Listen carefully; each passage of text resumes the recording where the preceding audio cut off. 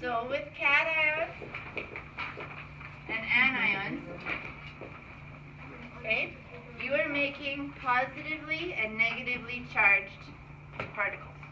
Okay, so cation, how my friend Ray used to explain it, is he'd say it's like a cat, and the cats always go meow.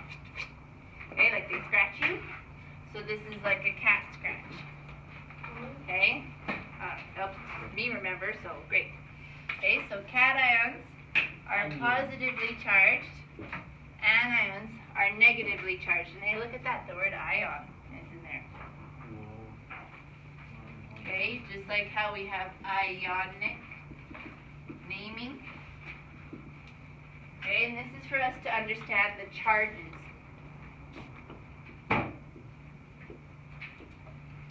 Okay, so let's start with hydrogen and fluorine.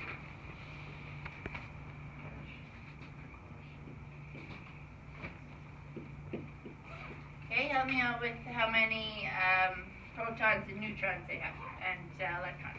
Okay, so what is the number on the periodic table? What is the atomic number for hydrogen? Top left. 1.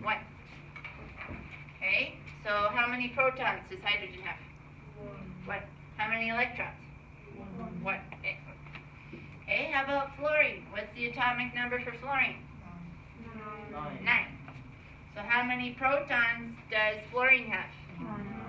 How many electrons does it have? 9. So somebody said 19. I think you were thinking neutrons. Okay, so fluorine's atomic mass is 19 then, you're telling me? Yeah. Okay, so the neutrons is your atomic Minus. mass, yeah. Okay, minus the atomic number. Yeah. Okay, so your neutrons is your atomic mass minus your atomic number. Okay, so in this case we have 10 neutrons. When we're drawing our Bohr models, okay, we draw like this. Okay, so how many electrons can fit in our first orbital? 2. How many does hydrogen have? How many electrons? 1. So we only need 1. Okay, so there's my electron. Let's do fluorine. Okay, you just told me 2 electrons fit in the first orbital. Okay, so 9 electrons. I had 9. Now I'm going to take away 2 because I put them in the first orbital. So I have 7 left. How many can fit in the next orbital? 8. Okay, so we have 7, so that's good. 1, 2, 3, 4, 5, 6, 7. Okay. Atoms like to have what's called a full octet. Okay, this outermost shell is called the outermost shell, and these are called valence electrons. Okay, so these are valence electrons, which means there's electrons on the outermost shell. So let's write that down too.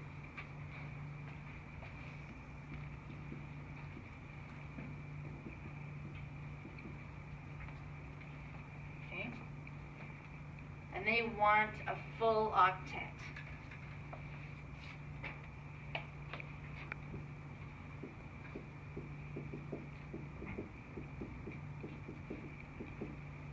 Okay, that means 8. They want 8. They want this to be full. Okay, there's a little space. Okay, they just wants 1 more electron. Hey, look at that. Hydrogen has 1. So fluorine is going to go steal it. Okay, it is a lot easier for fluorine to steal 1 electron. Okay, so whoop, there it goes. So fluorine's happy now. It's stable. Okay, because it has a full octet. Okay, but now they're both charged. Okay, they both have a charge because the electron has been moved. Okay, so when you're having a bad day, okay, you're full of negativity, okay, you have this cloud, this ball of negativity floating above your head, okay, and somebody's nice, they take that negativity away from you, what are you? You're more positive, you're happy. Okay, so now hydrogen has a Teachers, it is -21 with the wind chill, so we will still be staying inside this morning. Thank you. Okay, and you'll notice, have a peek at your periodic table. Look, there's a little charge in the top corner, top right corner. That's what they're for. Okay, that shows us what the charges are. And sometimes you'll see it written just as a positive by itself. Okay, or sometimes you'll see a number like this. But just like how we didn't put the ones for carbon monoxide, okay, often we won't put the 1 when it's just a single charge.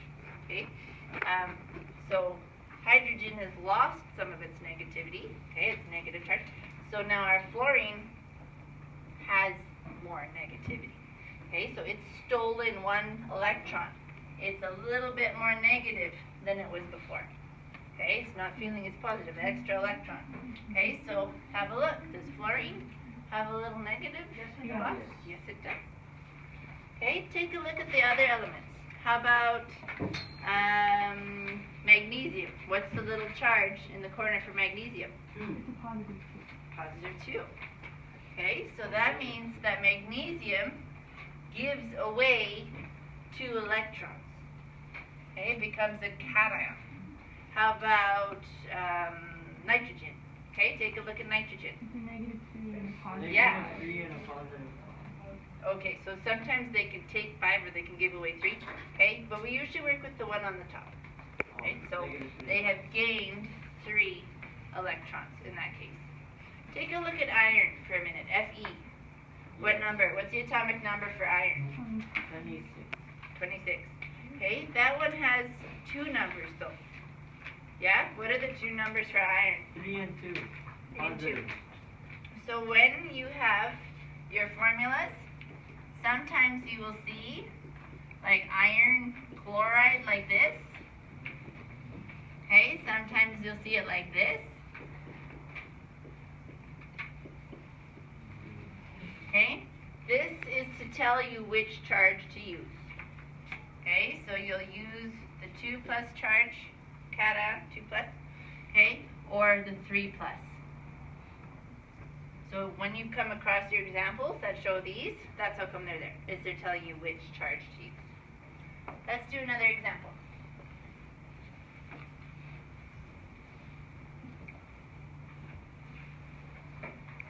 Okay, let's pick calcium and oxygen. Okay, what is the atomic number for calcium? 20. 20. What's the atomic number for oxygen? 8. 8. Okay, so let's draw our diagrams. Calcium. How many electrons can fit in our first orbital? 2. 2. How many electrons can fit in our next orbital? 8.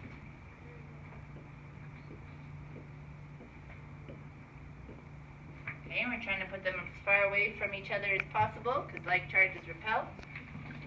So that's 10. I still have 10 left. How many fit in my next orbital? 8.